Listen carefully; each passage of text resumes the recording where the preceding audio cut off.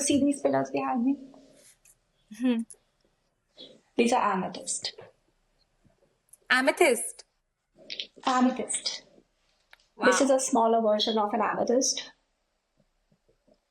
So crystals क्या होते हैं? Crystals basically stones होते हैं जो, अगर मैं साइंटिफिकली बोलूँ तो उनका जो मॉलिक्यूलर स्ट्रक्चर है थोड़ा काफी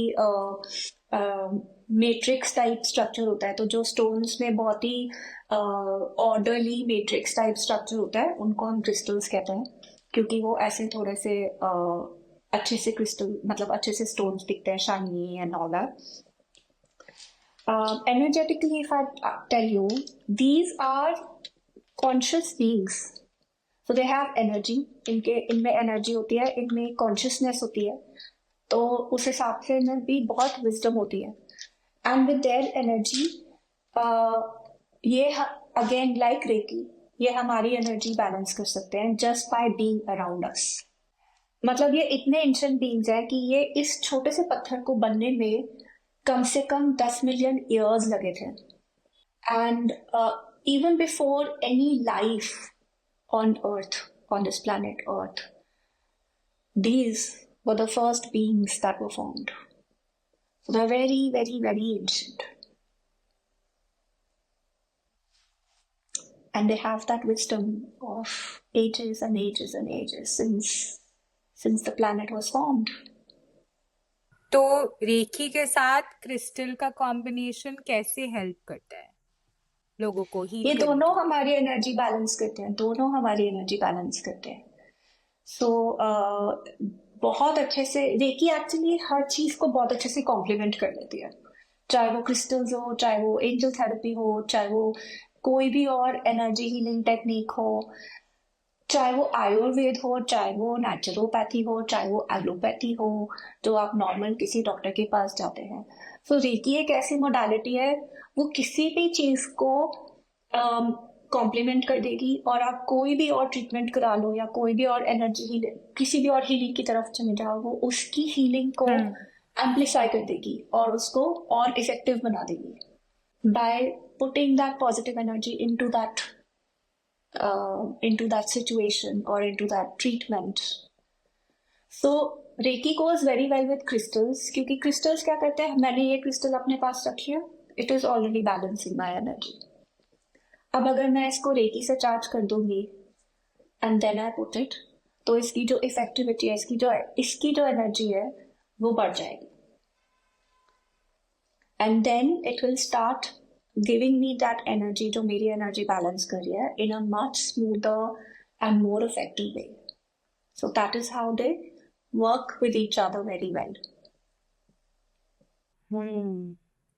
और एक इंसान जिसको क्रिस्टल हीलिंग किसी से करवानी नहीं है एक्सटर्नली, वो खुद क्रिस्टल को पोजेस करना चाहता है, तो वो कैसे जज कर सकता है कि मुझे किस क्रिस्टल की जरूरत है?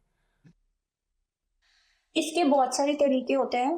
फर्स्ट एंड फॉरमोस्ट अपने इंट्यूशन पे जाओ, आपका क्या मन कर रहा है, which crystal is calling out to you, आपको कौन सा क्रिस्टल अच्छा लग रहा है देख के कि ऐसा लग रहा है बस मुझे यही चाहिए, तो वो आपको चाहिए, क्योंकि क्रिस्टल ने डिसाइड कर लिया है कि वो आपकी हेल्प कर सकता है. ओके, आपको कुछ नहीं पता कौन सा चक्रा, कौन सी एनर्जी क्या, पर आपको वो क्रिस्टल बहुत ही पसंद आ रहा है और आप अपने पास रखना चाहते हैं, तो बिना सोचे बिना समझे अगर आपके बजट में है तो वो आपको ले लेना चाहिए, क्योंकि वो किसी ना किसी तरीके से आपकी हेल्प करेगा just by being with you. That is the first method.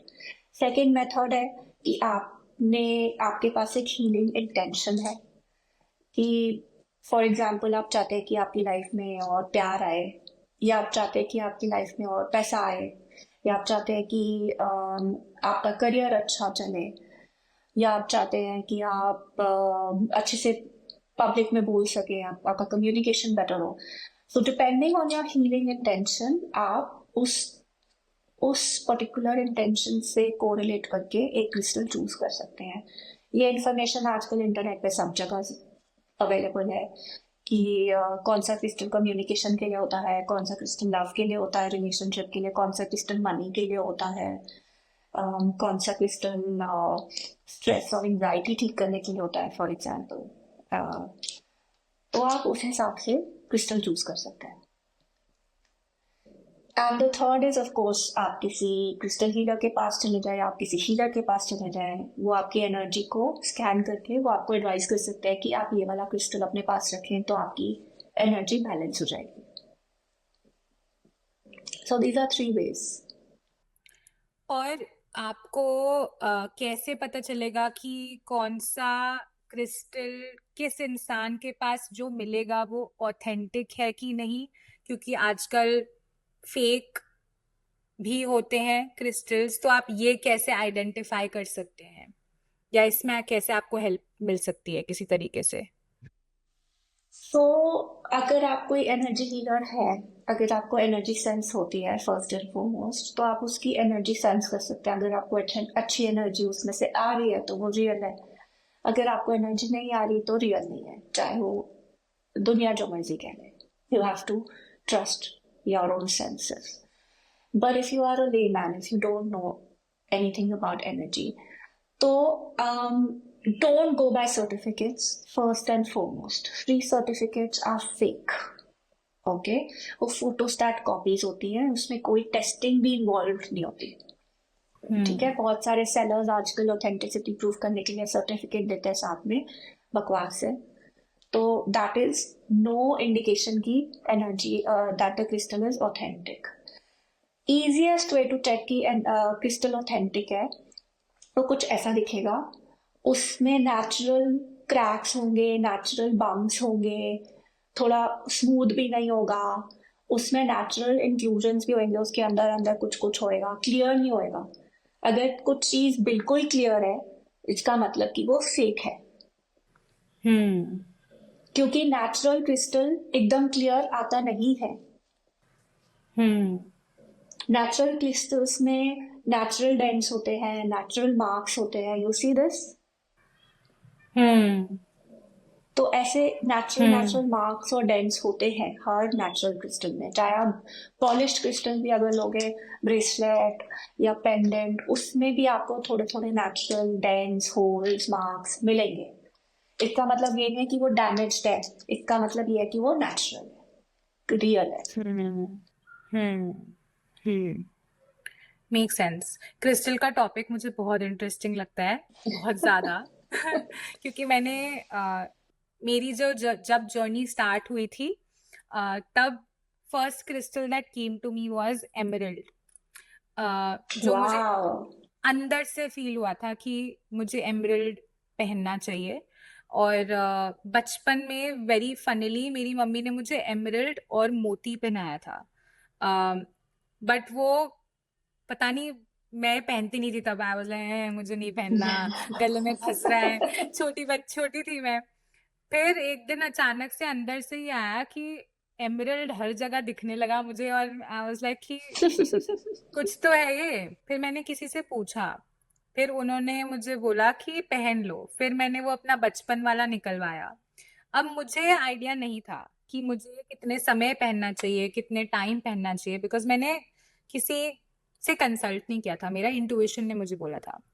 बहुत फनी चीज है, जैसे आपने बोला ये लोग बहुत वाइज होते हैं, दे आर बीइंग्स देमसेल्व्स। एक पॉइंट ऑफ टाइम आया जब मेरी वो चेन ही टूट गई अपने आप, कुछ महीनों बाद। एंड मुझे उस दिन समझ में आ गया कि हाँ, ये बोल रहे हैं, ओके बाय बाय कर दिया मैंने अपना काम, अब तुम खुश रहो। तो एब्सोल्युटली। बहुत ही ब्यूटीफुल तरीके से एटलीस्ट मेरा एक्सपीरियंस रहा है क्रिस्टल्स के साथ। आपको क्या लगता है कि लोग रेकी और क्रिस्टल्स ये सब क्यों ओपन नहीं है ट्राई करने के लिए? एंड रेकी तो आजकल आई फील कि बहुत लोग ओपन हैं, क्रिस्टल्स बहुत लोग ओपन हैं, बट स्टिल मुझे लगता है कहीं ना कहीं वो डाउट और फियर अभी भी है सोसाइटी में to open up to this beautiful world. क्यों है ऐसा, आपको लगता है? क्योंकि उनको ज्यादा नॉलेज नहीं है इनके बारे में, इसलिए वो ओपन नहीं है। As humans it's it's a natural tendency कि जो चीज जिसके बारे में हमको पता नहीं होता उससे हम डरते हैं। बहुत पहले, बहुत एंशिएंट जमाने में हमको एलिमेंट्स के बारे में भी नहीं पता होता था, हमें वेदर के बारे में नहीं पता होता था, दोज एंशियंट पीपल। तो स्टॉर्म्स आते थे वो डर जाते थे, सूरज ज्यादा तेज चमकता था वो डर जाते थे, बाढ़ आती थी वो डर जाते थे। तो वो ऐसे एलिमेंट से डरते थे तो उनको भगवान बना लेते थे। You know, in all ancient cultures, in before they unified, we have god of rain, we have god of thunder, we have god of sun, right? We have god of moon, because हम इनसे डरते थे, हमको समझ में नहीं आता था, तो इसीलिए हम कहते थे कि कुछ और है जो इसको कंट्रोल कर रहा है। बट सिंपल फैक्ट इज हम डरते हैं उस हर चीज से जिस चीज के बारे में हमको पता नहीं होता। तो अगर आप the best way to open up is to experience it और to know more about it, to gain knowledge. Unfortunately इसमें द ड्रॉबैक इज कि this is such a huge universal spiritual topic कि even people who are into it don't know everything about it. Who can know everything about it? No, universe. It's the universal energy. अगर मेरे को सारा पता चल जाएगा recce के बारे में तो मैं भगवान नहीं बन जाऊंगी।